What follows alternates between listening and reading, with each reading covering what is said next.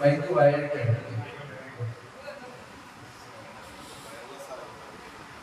അതിലൊക്കെ സന്തോഷം പറ്റി ഇത്തരം വേദികളിലേക്ക് വരുമ്പോഴും അതിന്റെ കാര്യം എന്താന്ന് പറഞ്ഞാൽ 1980 കേരള യുക്തിവാദി സംഘത്തിന്റെ ഒരു മെമ്പറായിട്ട് ഞാൻ പ്രവേശിക്കുകയാണ്. മലപ്പുറം ജില്ലയാണ് എന്റെ മാതൃജില്ല. മലപ്പുറം ജില്ലയിലെ യുക്തിവാദി പ്രസ്ഥാനം രൂപം കൊള്ളുന്നത് ഏതാണ്ട് 1970 കാലഘട്ടങ്ങളിലാണ്. അപ്പൊ ഈ പ്രസ്ഥാനം കൊണ്ടു നടക്കാൻ ആളില്ലാത്ത ഒരവസ്ഥ ഉണ്ടായിരുന്നു. ഞാൻ വിശ്വവിവാഹ സംഘത്തിലൂടെയാണ് രംഗത്തേക്ക് വരുന്നത്. 2 വർഷം കൊണ്ട് ഞാൻ യുക്തിവാദി സംഘത്തിലേക്ക് പ്രൊമോട്ട് ചെയ്യപ്പെട്ടു. അത് അവിടെ വന്നയുടനെ തന്നെ എനിക്ക് മറ്റൊരു പ്രൊമോഷൻ കിട്ടി. ഞാൻ ജില്ലാ സെക്രട്ടറി ആവും. കാരണം ആളില്ല, പ്രവർത്തിക്കാൻ ആളില്ല. 1980 നമ്മുടെ പഴയ ഫോണാണുള്ളത്, ഉപയോഗിക്കുന്ന ഫോൺ. ഈ ഫോൺ തന്നെ നമുക്ക് കിട്ടാൻ യാതൊരു സാധ്യതയില്ല. പോസ്റ്റ് ഓഫീസിലൊക്കെ ഫോൺ. അപ്പൊ നമ്മള് കമ്മ്യൂണിക്കേഷൻ മീഡിയ എന്താണെന്ന് പറഞ്ഞാൽ അന്ന് കാറിനാണ് 6 പൈസ വിലയുള്ള കാറുകളിൽ ആളുകൾ വിളിച്ചു വരുത്തി ഒരു കമ്മിറ്റി യോഗത്തിന് വിളിക്കുകയാണ്. അവർ വരുമോ വരില്ലേ നമുക്ക് യാതൊരു നിശ്ചയമില്ല. അവരുമായിട്ട് ബന്ധപ്പെടാൻ വേറെ മാർഗമില്ല.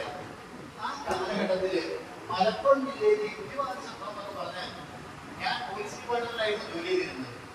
അവിടുത്തെ ഓഫീസ് വഴിയൊക്കെ ഏതാണ്ട് എല്ലാ കാര്യങ്ങളൊക്കെ ഞാൻ ചെയ്തു തീർത്തിട്ട് ഞാൻ എന്താ ചെയ്യുക, പുറത്തു പോകും, ആളുകളുമായി ബന്ധപ്പെടാനുള്ള അവസരങ്ങൾ ഉണ്ടാക്കും. എവിടെയെങ്കിലും ഒരു മനുഷ്യൻ വ്യത്യസ്തമായി ചിന്തിക്കുന്ന ഒരാള് ജാതിയോടും മതത്തിനോടും അന്ധവിശ്വാസങ്ങളോടും അനാചാരങ്ങളോടും ഒക്കെ എതിർപ്പുള്ള ഏതെങ്കിലും കക്ഷിയുണ്ടെന്ന് കേട്ടാൽ അവിടെ പോവുകയാണ് നമ്മള്. ഞാന് നക്സലൈറ്റുകള് താനൂര് ഒഴിവൂർ സ്ഥലമുണ്ട്. ആ സ്ഥലത്ത് ഉണ്ട്. അവര് വ്യത്യസ്തമായി ചിന്തിക്കുന്നവരാണ്. അവർക്ക് നമ്മുടെ ആശയത്തോട് അനുഭവമുണ്ട് എന്നൊക്കെ കേട്ടപ്പോൾ അവരെ കാണാനായിട്ട് അവിടെ പോയി. എങ്ങനെ പോയത്? ബസ്സിൽ പോയി താനൂര് ഇറങ്ങിയിട്ട് പിന്നെ ഒഴിവൂരിലേക്ക് ജീപ്പുമായിട്ട് പോകണം. എന്നിട്ട് ജീപ്പ് കയറി പോയി. എന്നിട്ട് ഒരു മീഡിയയുടെ വരാന്തയില് 5-6 ആള് ഇരുന്നിട്ട് അവരുമായിട്ട് സംസാരിക്കുക. ഇതുപോലെ ഇരുന്നിട്ട് അനുഭവം ഉണ്ടായിരുന്നു. അന്ന് ഒരു ഓർഗനൈസേഷൻ മാത്രമാണ് ഞാനൊരു പ്രാസംഗികനല്ല. എന്റെ സമകാലീനനാണ് ആര്, നമ്മുടെ ജവാബ് മാഷ്. പക്ഷെ അദ്ദേഹം ഞാനുമായിട്ട് 9 വയസ്സ് വ്യത്യാസം. 9 വയസ്സ് എനിക്ക് കൂടുതലാണ്. അപ്പോ അന്ന് ഞങ്ങള് ജവാബ് പ്രസിഡന്റും ജവാബ് പ്രവർത്തിക്കുകയായിരുന്നു, പ്രസംഗിക്കുകയും. അപ്പൊ ജവാബിനെ എപ്പോഴും പ്രസിഡന്റ് ആഗ്രഹിക്കും, ഞാൻ സെക്രട്ടറിയാണ്. സെക്രട്ടറി എന്ന് പറഞ്ഞെങ്കിൽ ഓടി നടക്കും. എന്ത് അന്തമില്ലാത്ത ഓട്ടമാണ് അന്നൊക്കെ. ഉറച്ചിട്ടില്ല അന്ന്.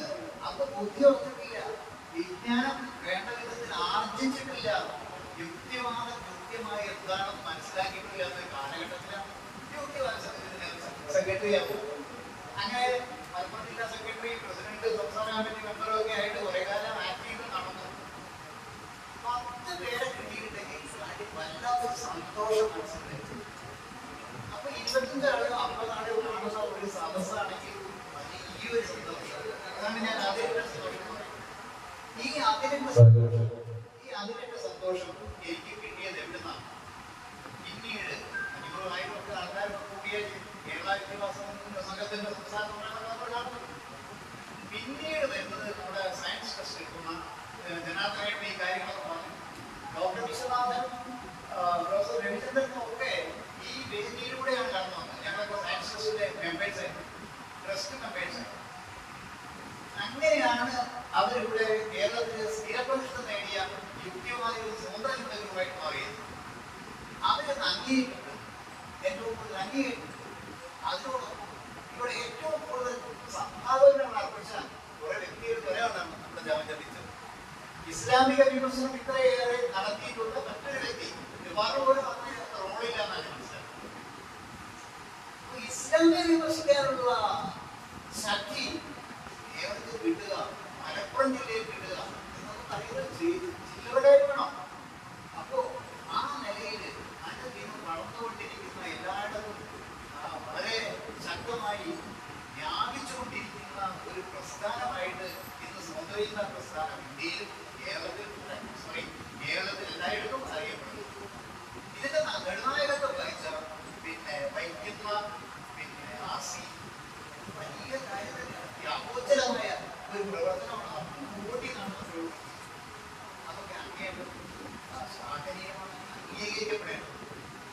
അപ്പോൾ എനിക്ക് ഒറ്റ കാര്യം കൂടി പറഞ്ഞാൽ ഞാൻ ഇന്നലെ എൻ്റെ സുഹൃത്ത് ഒരു യുവ സുഹൃത്ത് കൃഷ്ണദാസ് എന്ന് പറയണം, ഇതുവരെ ശാസ്ത്ര സാഹിത്യ പരിഷത്തിൽ പ്രവർത്തിച്ചുകൊണ്ടിരുന്ന ആളാണ്. ഇപ്പോൾ യുക്തിവാദി സജീവമാണ്. അപ്പോൾ സുധന്റെയും ടി കെ രവീന്ദ്രന്റെയും പിന്നെ അമീൻ മാഷിന്റെയും അലി പ്രൊഫസറുടെയും ഒക്കെ അനുവാദത്തോടുകൂടി ഞാനൊരു കാര്യം ഇവിടെ മുന്നോട്ട് വയ്ക്കുകയാണ്. ഞങ്ങൾ ഇന്നലെ രണ്ടുപേരും സംസാരിച്ചപ്പോൾ ഫറോക്ക് രാമനാട്ടുകര മേഖലകളിൽ നിന്ന് ഏതാണ്ട് ഒരു 10-40 ആൾക്കാരെ യുക്തിവാദി പ്രസ്ഥാനവുമായി ബന്ധപ്പെട്ട സ്വതന്ത്ര പ്രസ്ഥാനവുമായി ബന്ധപ്പെട്ട ആൾക്കാരെ നമ്മൾ ഇങ്ങനെ ലിസ്റ്റ് എടുത്തു. അപ്പോൾ ഇതുവരെ ഈ രാമനാട്ടുകരയിൽ പരിപാടി നടത്തിയിട്ടില്ല, ഫറോക്കിലും നമ്മളൊരു പരിപാടി നടത്തി. അനുയോജ്യമായ ഏതെങ്കിലും ഈ 2 സ്ഥലങ്ങളിൽ ഈ സ്ഥലത്ത് നമ്മുടെ അടുത്തൊരു പരിപാടി നടത്തണമെന്നാണ്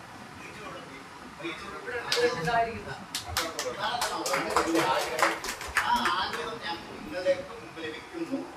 ഒരുപാട് ആൾക്കാരുണ്ട്, ഒരുപാട് ആൾക്കാരുണ്ട്.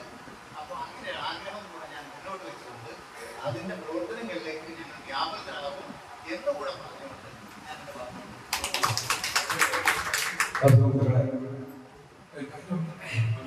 നിങ്ങൾ എല്ലാവരും അറിഞ്ഞല്ലോ, നമ്മുടെ ഈ ഗ്രൂപ്പിന്റെ കോഴിക്കോട് ജില്ലയുടെ പ്രസിഡന്റായി വിനിപ്രിയ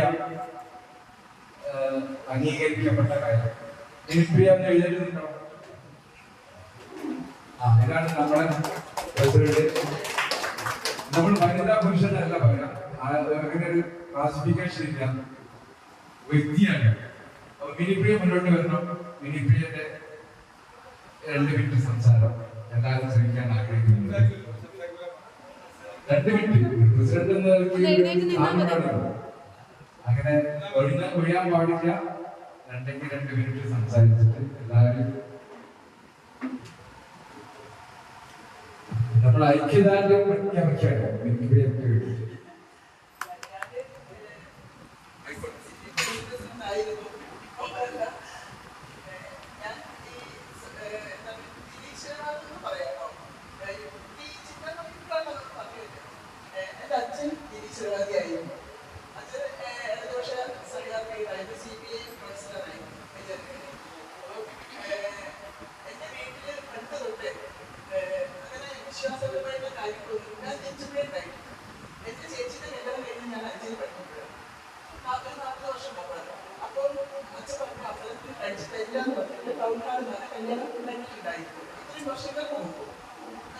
ഒരു പ്രശ്നങ്ങൾ ഞങ്ങളുടെ നാട്ടിലൊന്നും ഉണ്ടായിട്ടില്ല ഇതുവരെ.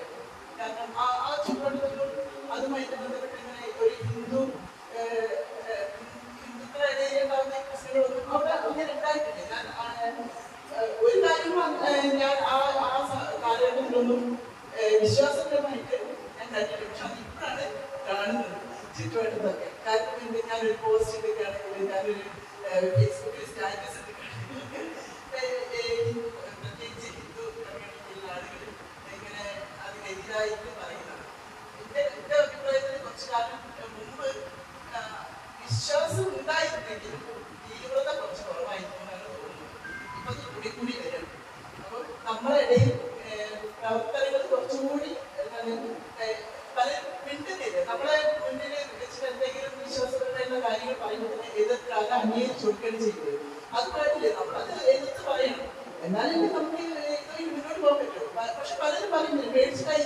പക്ഷെ ആ പേടി പാടില്ല. നമ്മൾ ഇറങ്ങി പുറപ്പെട്ടാല് പുതിയ തലമുറയിലെ ഉള്ള ആളുകൾക്ക് എന്റെ ഫ്രണ്ട്സ് കുറെ ആളുകളുണ്ട്, അതിൽ മുസ്ലിംസും എന്റെ കൂടെ വർക്ക് ചെയ്യുന്ന ആളുകളും. ഞാൻ പറയുന്നത് അംഗീകരിക്കാണ് അവർ ചെയ്യുന്നത്.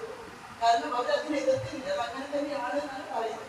അപ്പൊ എന്താണ് നമ്മുടെ ഈ ഒരു കൂട്ടായ്മ ശക്തമായിട്ട് മുന്നോട്ട് പോകട്ടെ എന്ന് ആശ. എല്ലാവരും കൂട്ടായ്മ പ്രവർത്തിക്കുക. അതുകൊണ്ട് ഞാൻ എനിക്ക് ശരിയല്ല.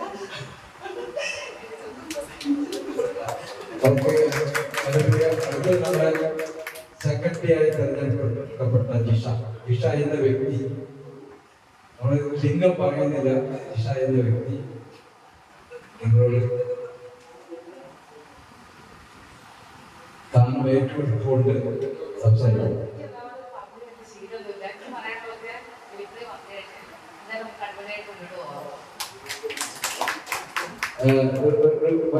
വൈസ് പ്രസിഡന്റ് ആയ